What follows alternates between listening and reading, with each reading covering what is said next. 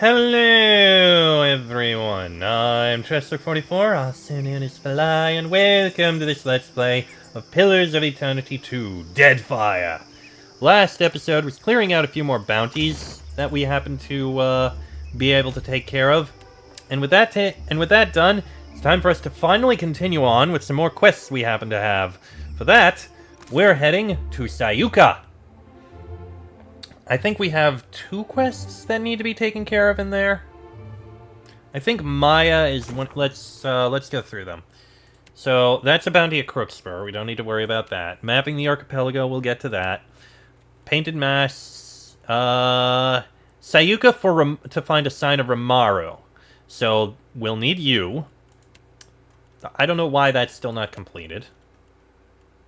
And Maya is the other one for the Royal Deadfire Company. Okay, that we can do. So, Maya and Seraphim. It's going to be interesting not having a more dedicated spellcaster. I mean, Seraphim is kind of a spellcaster, but still. Let us head over to Widla right now. And get this quest taken care of. See exactly what it is we need to deliver, because that is something we need to do.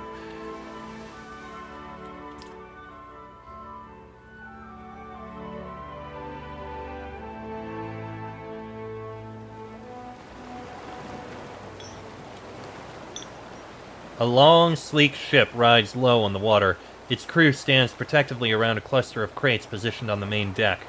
A woman saunters across the deck, her roughly chopped hair swinging with her stride. We said or not, Perrin. She bangs her fist against one of the crates. The dwarven man standing near her flinches as though she'd hit him. I'd happily tell you if you stopped interrupting my count. He rolls his eyes skyward. She cackles and thumps him on the back. He staggers forward and shoots her a venomous glare. You've had days to count. Now it's time we talked about the price. She turns her attention to you, eyes gleaming. Perrin follows her gaze. His eyes go wide. He clears his throat. Careful.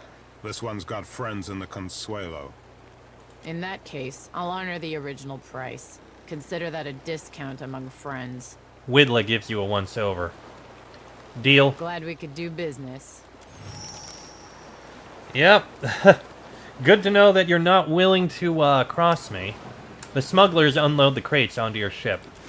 Your new cargo secured, you retract the anchor and let out your sails. No idea what these crates are, and I'm a little concerned, but let's head up to Sayuka and deliver these crates that we needed to deliver. It's pretty much directly north. Unless something's going to happen while we're out at sea. Which, as your crew haul the smugglers' crates below decks, one of them shouts in alarm. Oh boy, here we go. Imani finds you in your cabin. Captain, come quick! Someone's just popped out of one of those crates we picked up. Before you can object, Imani leads you above deck. A person popped out! So help me if we're being pulled into slave trading. A plump, middle-aged woman stands beside the crates. Her clothing is rumpled and her hair matted, but her eyes twinkle with triumph. Gelarde, 23 days! This is a new record. She smells of stale urine, old sweat, and worse, but she beams at you all the same. What were you doing in there? Waiting to reach Sayuka, of course.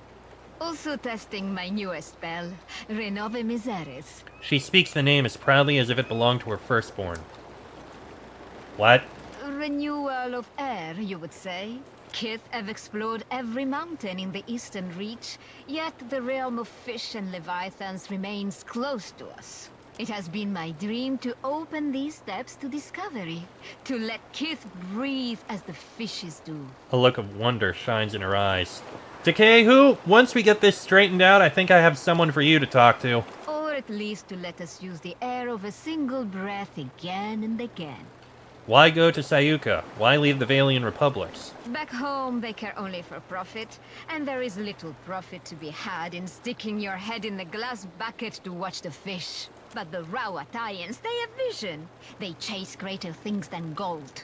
So I go to work with them. Let me get this straight. You've been perfecting a spell that recycles air, and you'll use it to help the Rawatayans make something big? So you do understand. But I can say no more. The Rawatayans, they have sworn me to secrecy.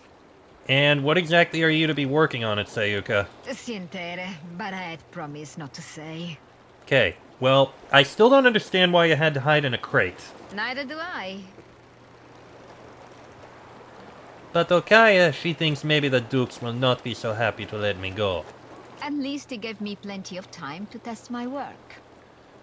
Okay, that's all I suppose. Yes, I have much to do. Many more tests to run before we reach Sayuka. A pleasure talking, Captain.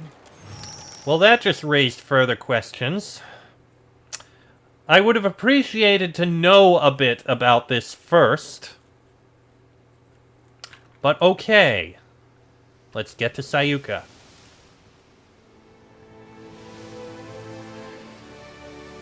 And Sayuka is right here. There's not really much around it. There's a burial site. Looks like there's a location further in. Alright, into Sayuka. Let's see what this location is like, shall we? I'm actually quite curious. Sayuka at last! I must go. Discovery awaits. Agrasima, Captain. She bows to you. Ishi, down. Adair, what are you hiding in your pack? Huh. Didn't think Ishi knew how to smoke. So, was that it? So she goes ahead, and then we go back and speak to our contacts. Okay, so that was literally all. So we've got the Fleet Master's office here, a workshop, a market, the exit, a longhouse, and another exit. Alright, well, let's take a look around. To Sayuka. Hello. You are welcome in Sayuka, traveler, as surely as the winds stir the sea. The young Huana woman gives you a sunny smile that shows every one of her pointed teeth. No. How many times must I demonstrate the proper way to greet a visitor? The undersecretary makes emphatic chopping motions with his hand, a snarl curling his thin lips. I say, I must have forgotten again. Will you remind me of the line, Undersecretary? We say clear skies, traveler. Simple, elegant, and no smiling. Do you understand, Greeter Tebe? Can you repeat it once more? I want to make sure I've got it. Tebe turns wide, innocent eyes on the undersecretary. The undersecretary opens his mouth to speak, but his expression abruptly clouds. He shoots a scowl at Tebe and elects instead not to dignify her joke at his expense. Questions, traveler? What can you tell me about Sayuka? Sayuka, known to my people as Ribiri, is a colonial outpost of the Royal Deadfar Company. Tebe makes no effort to hide the boredom in her voice. The island of Sayuka is the Royal Deadfire Company's center of engineering research and development in the archipelago. Our work is directed by Fleet Master Okaya, the youngest Rawatayan ever to hold the title. Best of her class at the Naval Academy in Tokoa, and a brilliant engineer, our Fleet Master. Pride warms his voice. You forgot to mention the giant sharks, Undersecretary. Wait. Giant sharks. Giant sharks, giant coral, giant trees, Hekira. The only thing not bigger in Sayuka is us Huana. Those of you who know me, I'm not going to say any more. Small mercy. The undersecretary mutters under his breath. No one knows why things grow large in Sayuka, but there are all sorts of theories. Me? I think Gallowayne smiles on us. Tebe's cheeks glow with a faint blush, the first authentic emotion you've seen cross her face. Superstition is unbecoming of a Royal Deadfire Company officer, Tebe. I say, it's a lucky thing I'm not one then. Why are you dressed like a Royal Deadfire Company soldier, Tehe? Hekira, I wonder the same every day. Tebe tugs at the neck of her uniform and rolls her dark eyes at the undersecretary when she thinks he's not looking. Tebe learns to perform her duties as a Rawatayan might. The undersecretary straightens his back and squares his shoulders. Her fellow Huana show a lamentable disinterest in the proper way of doing things. He nods curtly in Tebe's direction. Do not speak about me as if I am not here. And what is an undersecretary exactly? A career sandal sniffer and busybody. So far as I can tell. You ungrateful sir. I am the second in command to Fleet Master Okaya, the governor of your piddling little island, and I will not be mocked by a smart-mouthed idler like you! The Undersecretary's jowls quiver with barely constrained rage. So I have heard many, many times. Tebe meets your eyes and raises her brows emphatically. Is it me, or is this guy terrible? You don't know the half of it. An impish smile plays at the corner of her mouth. Oh, everyone liked that. What was that, Greeter Tebe? Surely just the breeze, Undersecretary. You will call me Sir. Akira, I certainly will not. Well, farewell then. Okay, so these are things. Obviously, I can't quite get up there. Not from here, I don't think. Oh no, I can. Well, let's take a look at the docks around here, see if there's anything to pick up. Marofetoliano. You find a man dressed in worn, dirty leather armor. His long, scraggly beard is encrusted with salt. His curling hair has clearly not seen a comb in some time, and the toenails of his bare feet are cracked and torn. The only thing of any value that he carries is an amulet. Oh, greetings. He hesitates a moment before saying more. Might I help you with something? Tell me about yourself. I suppose. He looks at you quizzically, perhaps unsure why you've asked him such a personal question. I was a proud man once. A gold pack knight. Then I took a job and it went poorly. I could no longer stay with the Order after that. His eyes take on a faraway look as he remembers. In the years since, I have wandered the length of the Deadfire, dedicating my life to self-discipline and abstination from worldly distractions. It is only through suffering that the soul becomes strong. Do you understand? That's it? Well, I am waiting for someone. But I do not know when they will arrive or who they will be when they get here. All I know is that they are a seer, and they seek me. So I wait.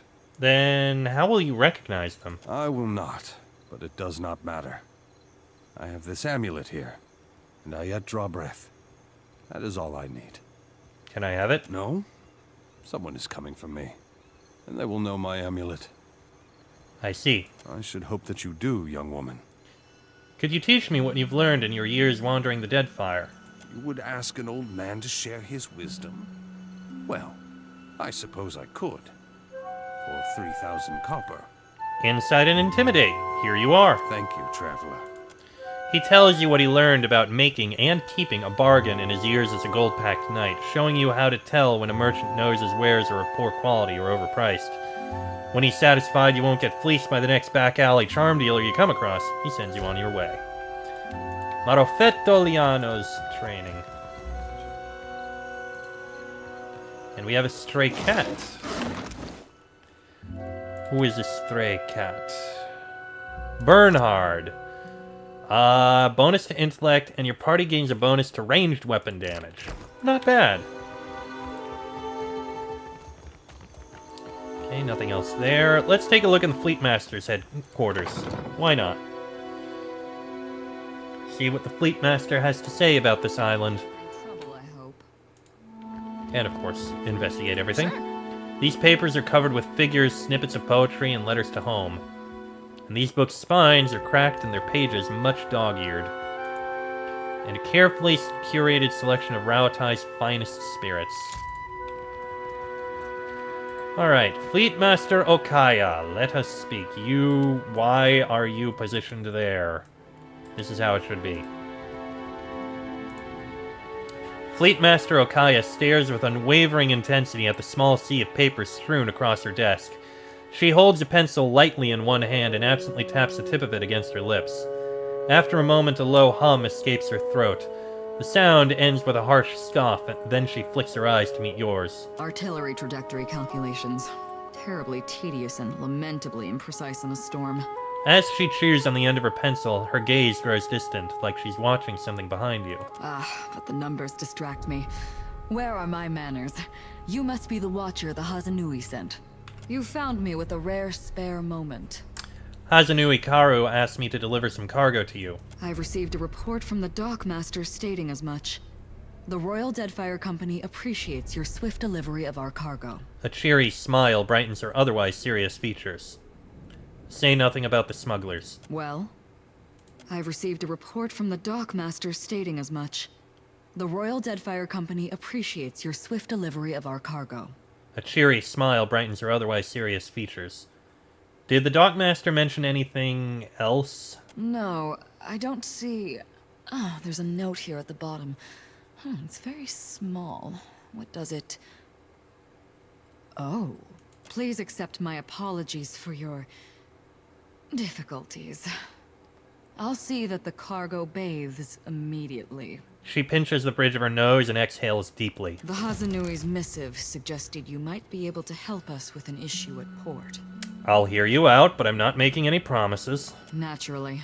You may have noticed the outsized coral in the harbor. She gestures to the docks just out beyond her office door.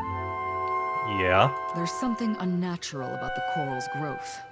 About everything on this island. And no matter how we trim it back, it only grows larger. My engineers deduce that the origin of this disturbance is somewhere off the coast of Sayuka, and I'd like you to investigate.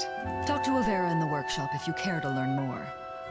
I would be grateful for your help here, Watcher.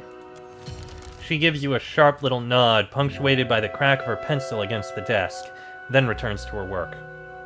So who are you? Did you not read the name on the door before you came in? You do know you're in the office of the Fleet Master, I hope.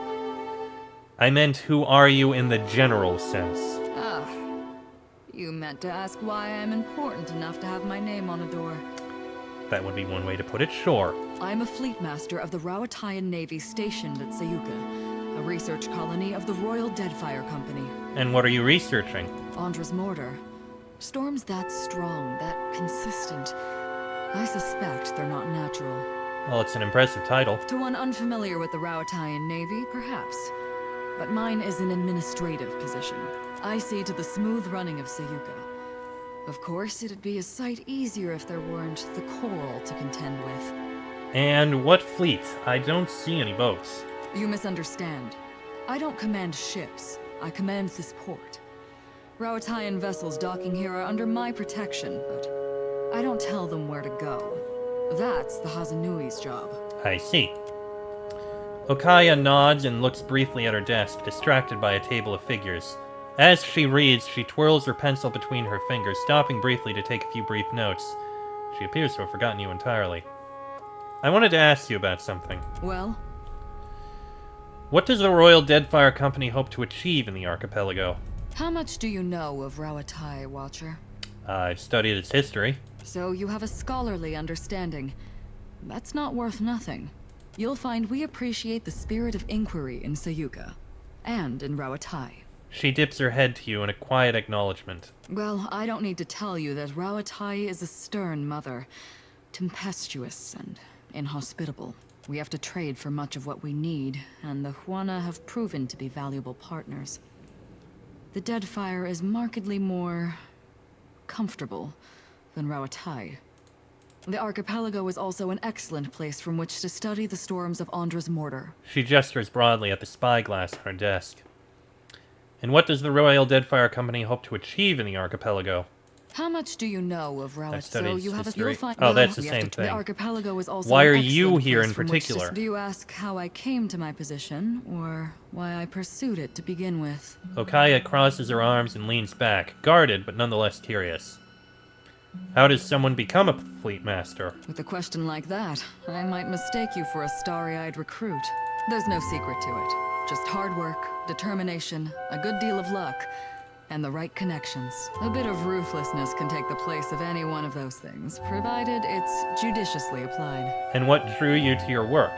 No one's ever asked me that. I suppose I've always had a persistent interest in engineering. Even as a child, I was dismantling my mother's guns just to see how they worked.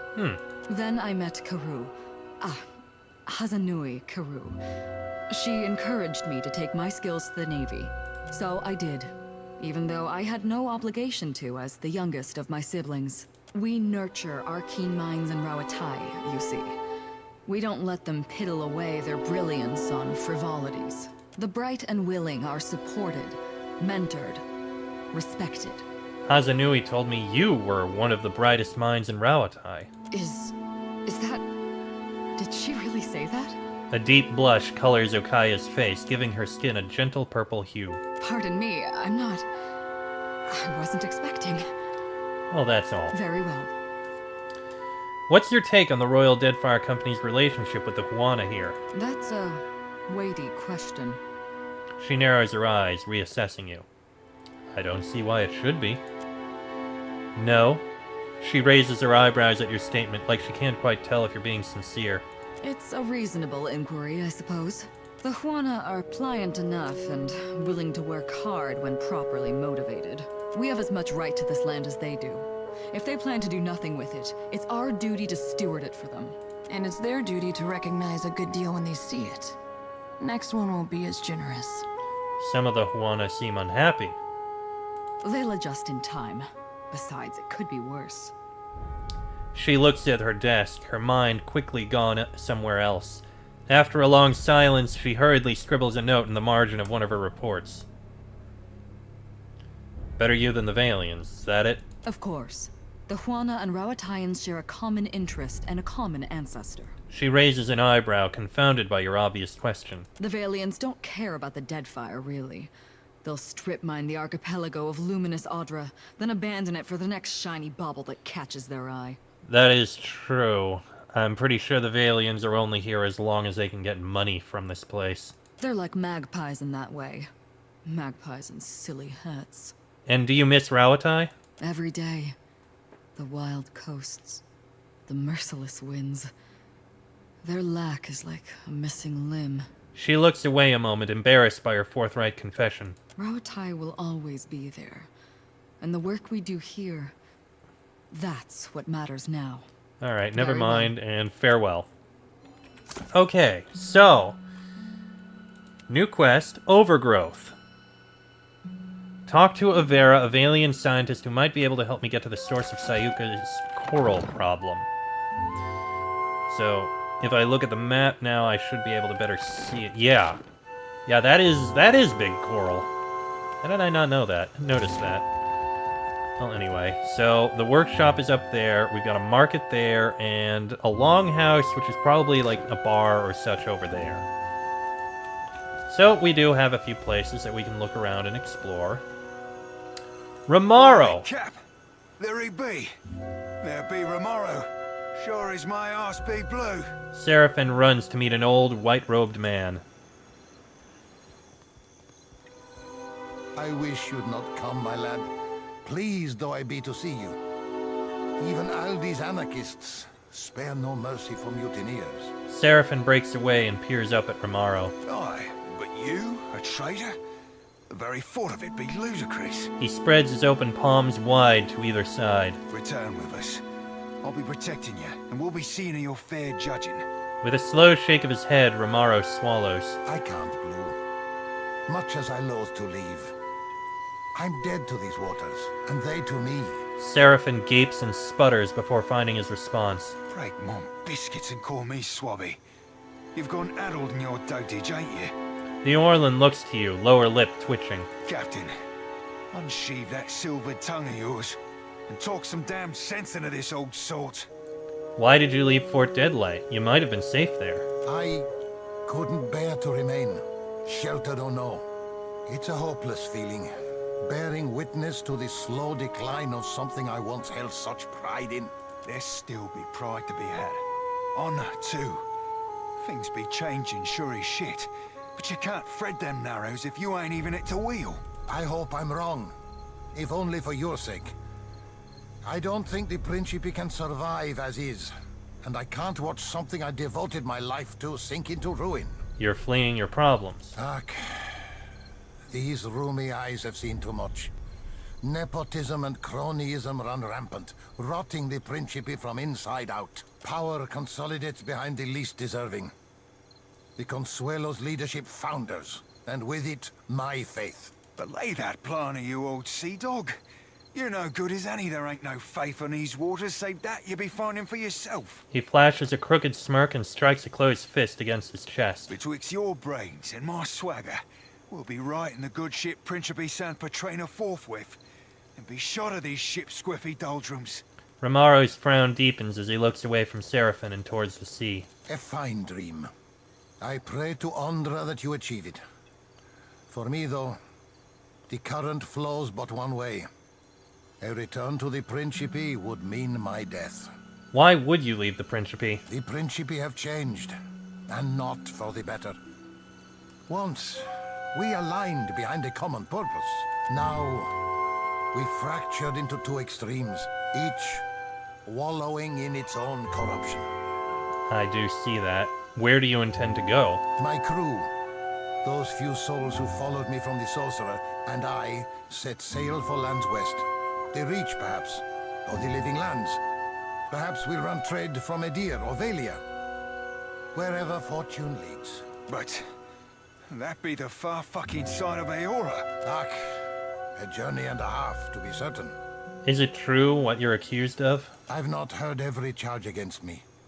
But that of mutiny, of that charge, I bear guilt. Seraphin's ears droop. He reaches for Romaro but stops short, letting his hands fall. Why? The Sorcerer were our home and kin. We're our cock-swelling pride. And you bartered it to an half-drowned old elf for a pint-bilged fucking clipper. Staring intently on the ground at Romaro's feet, Seraphin shakes, his fists balled at his sides. 14 years I spent swabbing them decks. Longer yet for you. Captain Bastion trusted you. I trusted you.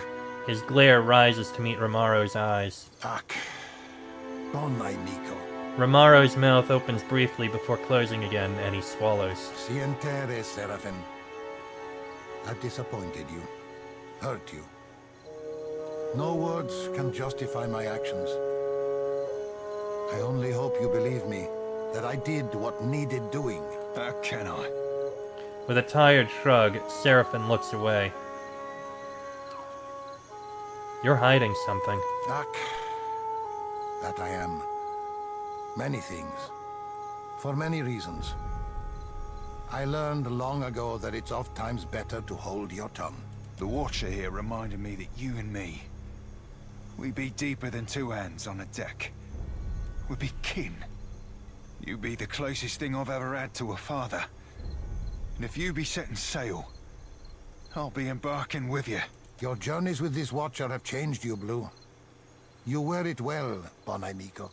He sighs and shakes his head sadly. Captain Bastion had the Sorcerer slaving. Romaro frowns at his dark, wrinkled hands and rubs his palms together. Seraphin blinks, expression blank. His mouth opens, closes, opens again. His fur bristles, ears angling lower. Slaving? What kind of fathom-headed hornswoggle be this? The Sorcerer were my kin. They weren't slaving. I hunted slavers for the captain. We freed slaves together. So I also believed. But Bastion sold those we saved to the Crooksburg slavers. I found records of it in his quarters, almost a decade's worth. When I confronted him, it went poorly. Rage rushes through your blood, flushing your skin, and cold hate spirals along the length of your spine as confusion blurs your vision. Let them come. Sand beneath your feet, crusted and bloodied. You young and small, filthy and shaking in fright. Cheers from all corner, jeers too, and the shouts of the kith before you, Almawa and thrice your height, heavy muscle and soft fat wrapped in bright robes. Don't make me go again, you plead. Don't make me. His heavy hand sends you sprawling in the sand to a chorus of jubilant applause. You bounce to your feet as the other slave boy approaches. You feel his thoughts, a tickle in the back of your mind, his fear greater than your own. But what can you do? Only one may live. You silence everything but the anger, but the hate, and it propels your snapping teeth and grasping hands. The blows light but fast, and the other youth all screams. Sientere, bon amico. Forgive me. Romaro stands a bit unsteadily. I meant you not to know. To keep your faith in our traditions. To remain optimistic. A bright star within the Principe. You okay, Seraphin? Seraphin snorts and shakes his head. Moisture mats the fur beneath his eyes. Seraphin, you've heard Romaro's confession. What would you do with him now? Cut him loose, Cap. Aye, he did the Deadfire a fine turn by sinking them slavers. But among the Consuelo, mutiny means death. Better go on for a no. We'll leave you be, Romaro. Agrasima, Watcher. The Clipper will be loaded soon, and then we'll be away. Cores, Seraphin. Bon amico. Take this. May you have rare cause to use it. He provides Seraphin with a tightly wrapped package. We'll investigate that later. I hope we meet again someday. On calmer seas. Cores, bon amico. Seraphin turns away. Looks like Ahoy, Captain! Seraphin snaps to salute, a wide smile splashed across his furred face. Ahoy yourself, Seraphin. Truth be told, I've not felt so cozy in a crew since my tour on the Sorcerer. With Romaro and the lot. Good times and a half, that. You're a valuable member of my crew. By way of expressing my gratitude, I've a tribute to be presenting. It's meant to be worn by a great captain. I think you rightly qualify. And I think you'll look right spiff in it too. Where'd you get this? Romaro gifted it to me when I took leave of the Sorcerer. He had this notion I'd make captain myself someday. Does that mean you don't want to be a captain? Mayhaps I coveted a captain's quarters when I were a wee swabby. But serving with Ferrante, with yourself, seeing what leading a crew takes, well, I reckon it's like marrying. It just ain't for me. Why not? Now, for first, I've got less than an all-in's thimble worth of patience for all the politics, glad-handing, cronyism, and sycophancy that goes along with the Consuelo. He shakes his head, but then breaks the gesture with a grin and taps the center of his chest. But mostly, this heart be twice as soft as this belly. Probably as furry, too. Mayhaps I could captain a boat like yourself, all even-keeled and kindly. But you're a rare sort, aren't you? Most helms could use a captain with a thimble of self-awareness. Maybe. I like when people compliment you, Watcher. Shows they're smart. I've always had a way with the lasses. Well, thank you for the gift. Pleasure be entirely mine, Cap. May it serve you at least half as well as I. He bows deeply, then salutes and turns away. Alright, tell you what, I am going to end this episode here. Next episode, we'll speak with Seraphin and see what he has to say about this, as well as take a look at the items we've managed to pick up, and then we'll go investigate the rest of this place, the workshop, the market, and the longhouse. But that'll be in the next episode. So until then, I am Chester44, also known as Fly. That is Laniara, Adair, Jolty, Maya, and Seraphin. This has been a Let's Play of Pillars of Eternity 2, Deadfire, and I shall see you all next time.